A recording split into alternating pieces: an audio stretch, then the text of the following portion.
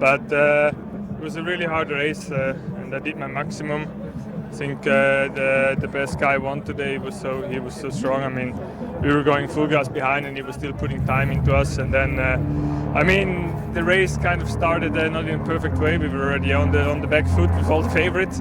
I mean, personally, I had to pee just before, and so I was at the back of the group. I didn't think that this was going to happen. And then suddenly there were 70 guys gone, and so it was the whole day was full gas, and yeah, we tried to turn it around, and it almost happened. But luckily, that without we were going good and strong, and we were able to at least be back in contention for the podium. Because when Mohoric was 2 minutes up, was there some kind of panic? I mean, that's not just a small guy, right?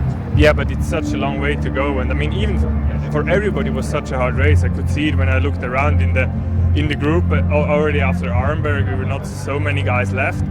And then, I mean, you never know what happens. It's such a hard race. Even after Mont-Saint-Pével, it's still 45 k's to go. So, yeah, you just have to stay focused on your effort and try to race your race. And then in the end, was also a bit tactical playing, obviously, when we were like these 10 guys together. But yeah, so I think I'm happy to finish on the podium today. Sure thing. And when Van Baarle went, did you know this might be the one? I mean, their advantage was they had the numbers, so they had 2 guys in this group. I mean, it was a lot of attacks there, and I also went a few times, but yeah, it's hard to cover everything, and yeah, I mean, then I knew, okay, we have to go somewhere, and I could see that Wout was like really going super strong. And then we rode away, the 2 of us, and in the Cafo del Arbra, my front wheel slipped a little bit away, so this was a big gap and quite hard to close, but in the end we gave it our all, and at least we were able to fight again for the podium, and Dylan was so strong that he deserves the victory.